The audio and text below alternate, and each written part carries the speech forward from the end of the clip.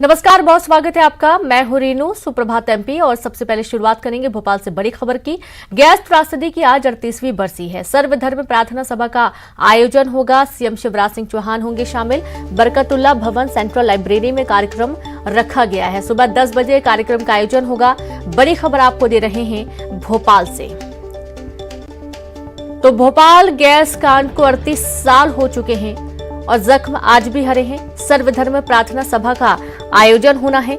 CM Shivraj Singh Chauhan शामिल होंगे आयोजन में। बरकतुल्ला भवन सेंट्रल लाइब्रेरी में कार्यक्रम होना है। सुबह 10 बजे कार्यक्रम का आयोजन बरकतुल्ला भवन सेंट्रल लाइब्रेरी में किया जाएगा।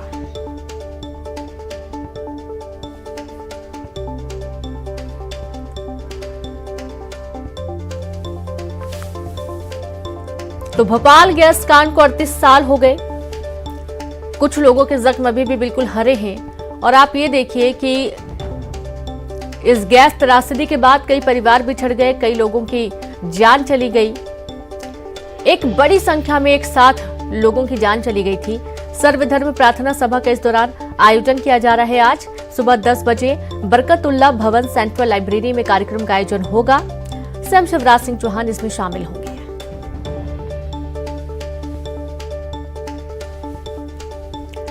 तो बता दें कि भोपाल गैस कांड जब हुआ उस दौरान कई मासूम बच्चे बिछड़ गए अपने परिवार से। कई लोगों की जान चली गई। और सबसे बड़ी बात यह है कि आज भी जो आने वाली आगे की जो पीढ़ियां हैं कुछ परिवारों की, वो आज भी उस दर्द को झेल रही हैं। कुछ जेनेटिक बीमारियां उनमें देखी जा रही हैं जो उनके पेरेंट्स को भोपाल गैस कांड के बाद हुई हैं। उसके बाद से आगे की पीढ़ी में भी वो बीमारी ट्रांसफर होती जा रही है। हालांकि सरकार मदद करती आ रही है लगातार 38 सालों से, लेकिन वो मदद नाकाफी साबित हो रही है। और चलिए सीधे रुख करेंगे, संवाददाता वासु जुड़ गए हैं। वासु, आज का दिन और आज की रात बहुत ही दर्दनाक रात है, क्योंकि जिन जिन लोगों ने दर्द झेला है भोपाल गैस कांड का, उनके लिए काली रात के बराबर है। बहुत दुखद, बहुत ही भयभीत करने वाला वो पूरा मंजर था। और आज देखा जा रहा है कि सर्वधर्म प्रार्थना सभा ने आयोजन किया है।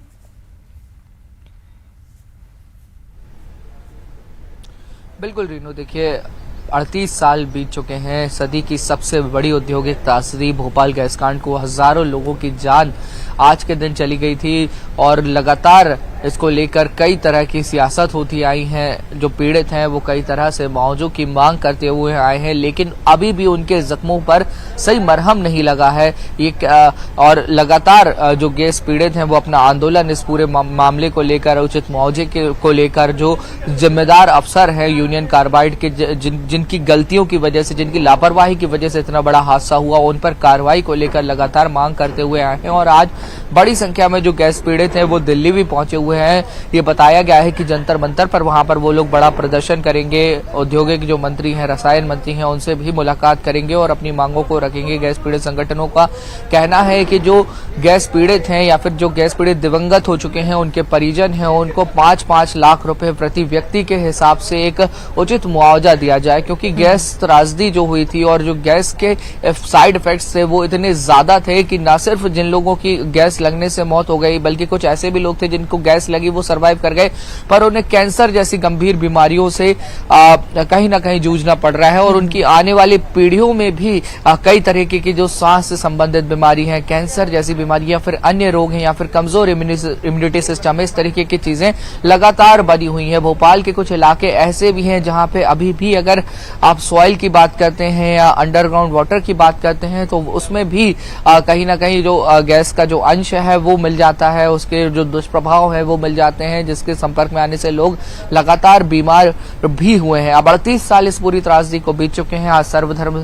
सभा का भी आयोजन किया गया है। जो दिवंगत हैं उनको श्रद्धांजलि दी जाएगी। गैस लगने से जिनकी मौत हुई थी उनको याद किया जाएगा, उन्हें श्रद्धांजलि दी जाएगी। और शासन प्रशासन की ओर से जो कुछ प्रयास किए जा रहे हैं पीड़ितों के लिए, उसके बारे में भी इस दौरान जानकारी दी जाती है। कल हमने देखा कि यूनियन कार्बाइड जो फैक्ट्री है उसके सामने बड़ी संख्या में गैस पीड़ित पहुंचे और गैस पीड़ितों को श्रद्धांजलि वहां पर दी। जो मृतक है उनको श्रद्धांजलि दी। बड़ी संख्या में मोमबत्तियां वहां पर जलाई गई। तो इस तरीके के अनेक कार्यक्रमों का आज आयोजन किया जाएगा। खुद मुख्यमंत्री शिवराज सिंह चौहान सर्वधर्म सभा में आयोजित कार्यक्रम में शामिल होंगे और सभी धर्मों के जो धर्मगुरु हैं वो भी इस पूरे कार्यक्रम में वहां पे मौजूद रहेंगे और सभी धर्मों की ओर से प्रार्थनाएं की जाएगी उन दिवंगत आत्माओं की शांति के लिए जिनकी मौत गैस लगने के चलते असमय हो गई थी। जी रीनू। जी बिल्कुल बिल्कुल वासु, और आप लगातार जुड़े रहे, शुक्रिया तमाम जानकारी साझा करने के लिए। भोपाल गैस त्रासदी दुनिया की इस बड़ी औद्योगिक दुर्घटना के 38 साल बीत गए हैं, लेकिन गैस पीड़ितों की हक की लड़ाई जारी है। इन लोगों को आज तक इंसाफ नहीं मिला। 1984 में यूनियन कार्बाइड से जहरीली गैस का रिसाव हुआ था और देखते ही देखते हजारों लोगों की मौत हो गई। यही नहीं, जो बच गए वो गंभीर बीमारी से पीड़ित हैं।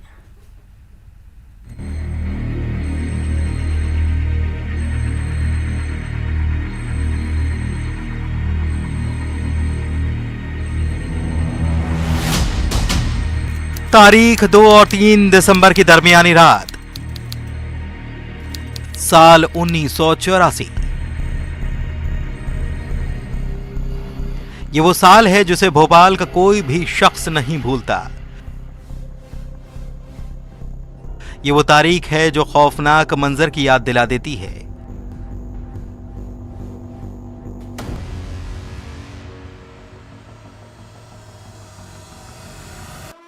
दो और 3 दिसंबर की रात इतनी लंबी हो गई थी कि एक बार की लोगों को यह यकीन होने लगा था कि अब सुबह नहीं होगी।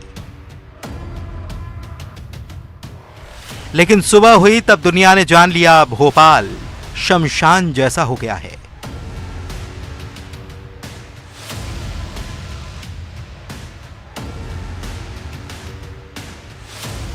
रात की चीखें सिसकियों में तब्दील जरूर हो गई थीं, लेकिन शहर का हर इंसान अंदर से टूट चुका था। इस कदर कि वो टूटन 38 साल के बाद भी कराहने को मजबूर कर देती है।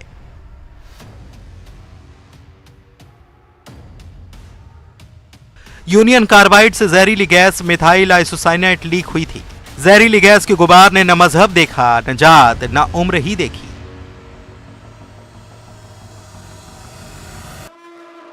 जो इसकी जद में आया उसे मौत मिली। अस्पतालों का मंजर यह था कि मरीज कम नहीं हो रहे थे। धरती का भगवान भी दवा छोड़ दुआ पर एक बार की भरोसा करने लगा था। मेरे पीछे आप देख रहे हैं यूनियन कार्बाइड, और ये वही यूनियन कार्बाइड है जहां पर 2 और 3 दिसंबर की दरमियानी रात सैकड़ों लोग हैं वो यहां से निकली जहरीली गैस का शिकार हो गए थे। आज भी उन लोगों के जो परिजन हैं उन्हें उचित मुआवजा नहीं मिला है, ना दवाएं मिली हैं, ना इलाज मिला है, और आज भी वो दर दर भटक रहे हैं क्योंकि वो अपने न्याय के लिए 38 सालों से लगातार लड़ाई लड़ रहे हैं। अगर बात करें तो राजनीतिक दलों को उनकी यादें आती हैं चुनावी सीजन में, मगर उसके बाद सब भूल जाते हैं।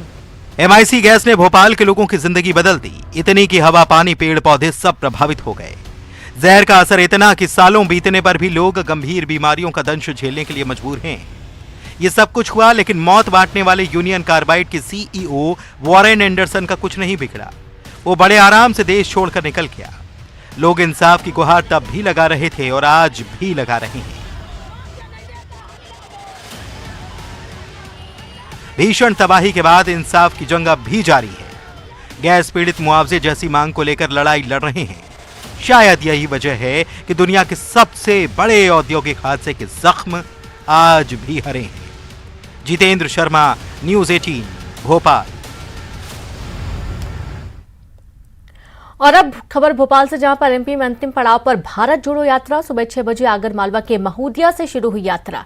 सुबह 10 बजे अकली में होगा यात्रा का मॉर्निंग ब्रेक। वहीं दोपहर 3:30 बजे जैन मंदिर सुनसेर से यात्रा दोबारा शुरू होगी। शाम 6:30 बजे मंगेशपुर चौराला में होगा यात्रा का विराम। लालखेड़ी में रात्रि विश्राम करेंगे राहुल गांधी। तो खबर भोपाल से है, जहां MP में अंतिम पड़ाव पर है भारत जोड़ो यात्रा। सुबह 6 बजे आगर मालवा के महूदिया से शुरू हुई यात्रा। और संवाददाता वासु जुड़ गए। वासु, आज सुबह 6 बजे आगर मालवा से यात्रा की शुरुआत हुई और देखा जा रहा है कि आज अंतिम पड़ाव पर यात्रा पहुंच चुकी है। बिल्कुल रीनू, देखिए मध्य प्रदेश में करीब बीते 2 सप्ताह से राहुल गांधी की यात्रा जो कि बुरहानपुर जिले से दाखिल हुई थी।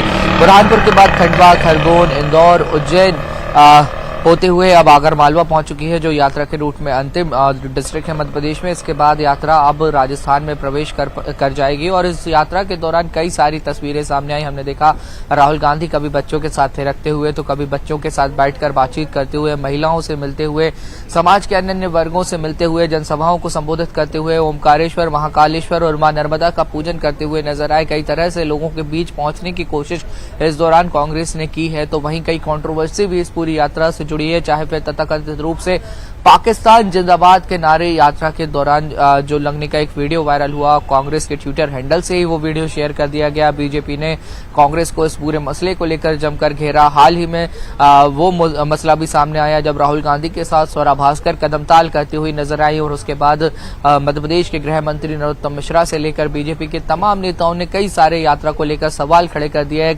यहां तक आरोप लगाए गए कि राहुल गांधी भारत जोड़ने की बात कर रहे हैं, लेकिन ऐसे लोगों को साथ में लेकर चलते हैं जो देश को तोड़ने की बात करते हैं। तो इस तरीके की कई सारी कंट्रोवर्सीज भी इस पूरी यात्रा के दौरान देखने को मिली हैं। बहरहाल देखने वाली बात यह होगी रीनू कि इस यात्रा का कितना पॉलिटिकल माइलेज कांग्रेस ले पाती है। राहुल गांधी के मध्य प्रदेश से राजस्थान में दाखिल हो जाने के बाद कांग्रेस कितनी एकजुट रह पाती है, कितनी ताकत से जो राहुल गांधी ने behind the scenes, behind the curtains हम जिसको कहते हैं कि जब मध्य प्रदेश के नेताओं के साथ वो इस दौरान बैठते होंगे, बातचीत करते होंगे, तो कुछ ना कुछ उन्होंने अपना संदेश, अपना मैसेज, अपनी स्ट्रैटेजी जरूर बताई होगी, क्योंकि अगले साल मध्य प्रदेश में विधानसभा के चुनाव भी होने। तो इस लिहाज से ये यात्रा मध्य प्रदेश के लिए बेहद खास थी और अब देखना होगा कि इस पूरी यात्रा का क्या कुछ असर दिखाई देता है। कांग्रेस एकजुट होती है, कार्यकर्ताओं में कितना जोश आता है और कितना बेहतर परफॉर्म आने वाले समय में कांग्रेस करती है, क्योंकि आपकी पार्टी का जो सबसे बड़ा नेता है वो प्रदेश में 14 से 15 दिन अगर रहता है तो उसका कहीं ना कहीं असर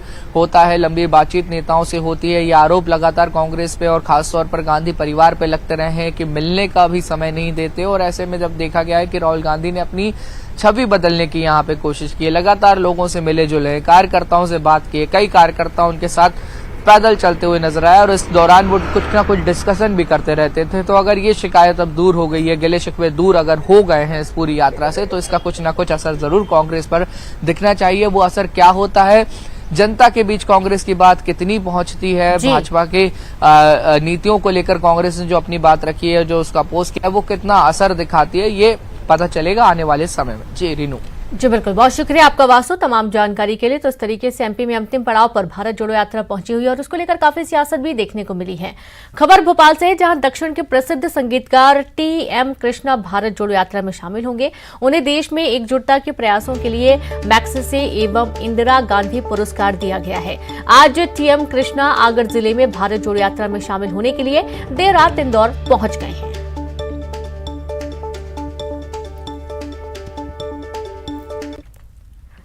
तो राहुल गांधी की एमपी में पदयात्रा का आज 11वां दिन है। राहुल की पदयात्रा आगर मालवा में जारी है और इससे पहले कल राहुल गांधी ने बीजेपी और संघ पर हमला बोलने के लिए सीताराम का नाम जपा। राहुल ने कहा कि महात्मा गांधी है राम कहते हैं, महात्मा गांधी हे राम कहते थे, जिसका मतलब है कि राम जीने का तरीका है। लेकिन बीजेपी हे राम नहीं बल्कि जय श्री राम कहती है। राहुल ने आगे कहा कि बीजेपी और संघ जय श्री राम तो कहते हैं, लेकिन जब सीताराम नहीं कहते, राहुल ने जय सीताराम नहीं कहते। राहुल ने इसके पीछे अपना फॉर्मूला भी समझाया और कहा कि उनके संगठन में सीता नहीं है, उन्होंने सीता को बाहर कर दिया है, इसलिए वो जय सिया राम नहीं कहते। आइए सुनाते हैं और क्या कुछ कहा राहुल गांधी ने। वो सिया राम जय सिया राम तो कर ही नहीं सकते, क्योंकि उनके संगठन में एक महिला नहीं है। तो वो जय सिया राम का संगठन ही नहीं है, क्योंकि उनके संगठन में महिला तो हो ही नहीं सकती, सीता तो हो ही नहीं सकती। सीता को तो बाहर कर दिया। अब ये बहुत गहरी बात मध्य प्रदेश के एक पंडित जी ने इस सड़क पर मुझे कही है। कैसी लगी आपको? बढ़िया लगी? तो हमारे जो आरएसएस के मित्र हैं, मैं उनसे कहना चाहता हूं, जय श्री राम जरूर, जय सिया राम और हे राम तीनों का प्रयोग कीजिए और सीता जी का अपमान मत। तो एक खबर भोपाल से, नगरीय प्रशासन विभाग में बड़े स्तर पर तबादले हुए। 42 अफसरों का किया गया तबादला। मुख्य प्रभारी नगर पालिका अफसरों को बदला गया। तो खबर भोपाल से है, जहां पर नगरीय प्रशासन विभाग में बड़े स्तर पर तबादले किए गए। 42 अफसरों का तबादला किया गया है। मुख्य प्रभारी नगर पालिका अफसरों को बदला गया। भोपाल से बड़ी खबर।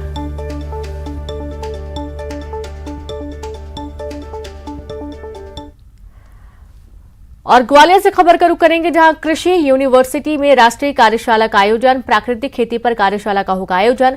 केंद्रीय कृषि मंत्री नरेंद्र सिंह तोमर होंगे शामिल। मंत्री भारत सिंह कुशवाहा भी करेंगे शिरकत। देश के कृषि वैज्ञानिक रखेंगे अपने विचार।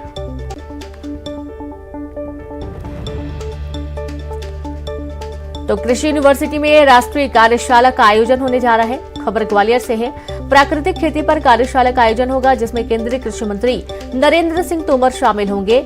मंत्री भारत सिंह कुशवाहा भी करेंगे शिरकत। देश के कृषि वैज्ञानिक रखेंगे अपने विचार। वहीं खरगोन में 100 लोगों को फूड पॉइजनिंग हो गई। शादी समारोह में खाने के बाद फूड पॉइजनिंग की खबर सामने आई है। स्वास्थ्य केंद्र में भर्ती किया गया है। सभी की हालत सामान्य है। मिठाई की वजह से फूड पॉइजनिंग की बात सामने आई है। तो कहा जा रहा है कि मिठाई खाने से इन सभी को फूड पॉइजनिंग हुआ है। तकरीबन 100 लोगों की संख्या है जिन्होंने शादी समारोह में खाना खाया था और उसके बाद उन्हें फूड पॉइजनिंग के शिकार हुए हैं। स्वास्थ्य केंद्र में भर्ती किया गया है। सभी की हालत सामान्य है। मिठाई की वजह से फूड पॉइजनिंग की शिकायत मिल रही है।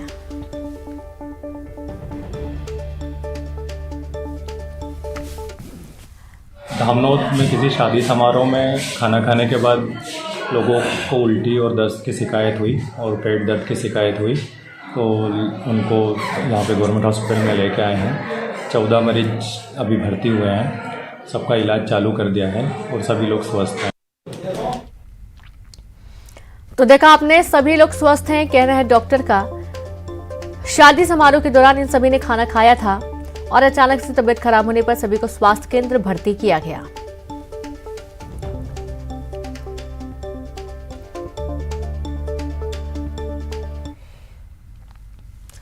और अब भोपाल से खबर का रुख करेंगे, जहां सर्द हवाओं ने बढ़ाई आज सर्दी का सितम। रात में गिरा पारा, सुबह शाम छाई रही धुंध। बीते 24 घंटे में न्यूनतम पारा 11.1 डिग्री दर्ज किया गया है, जो सामान्य से करीब 1 डिग्री कम है। वहीं दिन का पारा 27.9 डिग्री दर्ज किया गया। उत्तर से आ रही सर्द हवाओं के कारण तापमान में गिरावट दर्ज हुई है। आने वाले 3-4 दिनों तक मौसम का मिजाज ऐसे ही बना रहेगा।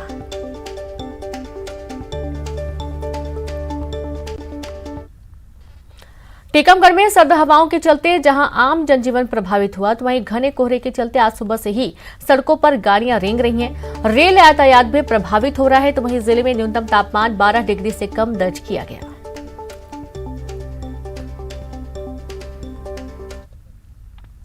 जमीन धोखाधड़ी मामले में ग्वालियर की विशेष अदालत ने कांग्रेस एमएलए सहित 3 लोगों को 2-2 सजा सुनाई है। एमपी एमएलए विशेष न्यायालय ने मुरैना के सुमावली सीट से कांग्रेस विधायक अजब सिंह कुशवाहा, उनकी पत्नी और एक सहयोगी को 2-2 साल की सजा सुनाई है। साथ ही सभी दोषियों पर 10-10 हजार रुपए का अर्थदंड भी लगाया है। दरअसल साल 2011 में विधायक अजब सिंह कुशवाहा ने महाराजपुरा इलाके की सरकारी जमीन को प्लॉट के रूप में बेच दिया था। जब खरीदार मकान बनाने पहुंचे तो मामले का खुलासा हुआ, जिसके बाद फरियादी ने महाराजपुरा थाने में शिकायत दर्ज कराई थी।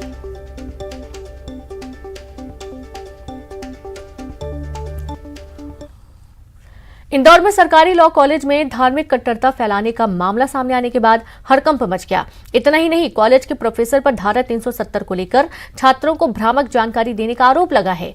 मामले को लेकर विवाद बढ़ा तो कॉलेज प्रशासन ने 6 शिक्षकों को 5 दिन के लिए कार्य मुक्त कर दिया है। साथ ही मामले में जांच की बात कही। इधर मामले में उच्च शिक्षा मंत्री मोहन यादव ने अतिरिक्त संचालक से जांच कराने की बात कही है।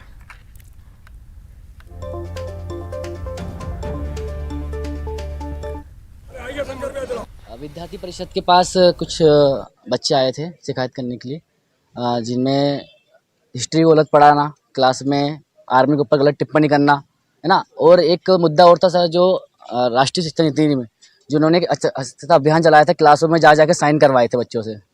तो इन सब मुद्दों को लेकर विद्यार्थी परिषद ने कल ज्ञापन दिया। हमारे एक प्रोफेसर है मिस्टर अमिक, वो गर्ल्स को सिलेक्ट करते हैं। ज़्यादातर जैन और जो ब्राह्मण गर्ल्स हैं उनको टारगेट रहता है उनको, और कॉलेज ख़त्म होने के बाद सर उनको पर्सनली मैसेजेस करके बाहर बुलाते हैं, पब, डिस्को, मूवीज़ ले जाते हैं, कैफ़े पे ले जाते हैं, और उसके बाद सर उनको अपने साथ कमिटेड रखते हैं, लेट नाइट कॉल्स मैसेजेस करते हैं, और उनको लव जिहाद में टोटली कन्वर्ट करने की सर की पूरी कोशिश रहती है। सर, इस तरह का कॉलेज में वातावरण नहीं है, न किसी तरह की कोई धार्मिक कट्टरता है और न ही किसी तरह का लव जिहाद का कोई मामला है। कल बच्चे यहाँ पर कुछ आए और उन्होंने यहाँ के नारेबाजी की बाहर, मेरे चैम्बर के बाहर, और इसी तरह के वो जो है आरोप जो है लगाते रहे, चिल्लाते रहे। तो मैं उनके पास गया, मैंने कहा कि भाई आपको क्या प्रॉब्लम है, क्या समस्या है आपकी। देखिए, देश विरोधी भावना के आधार पर चाहे महाविद्यालय या कोई विद्यालय के परिसर के अंदर हम ये गतिविधि बर्दाश्त नहीं करेंगे, कठोर कार्रवाई करेंगे। जांच के निर्देश हमने दे दिए हैं, इसमें कोई बात बर्दाश्त नहीं करेंगे। और चलिए अब देखेंगे 25 सेकंड में खबर। इंदौर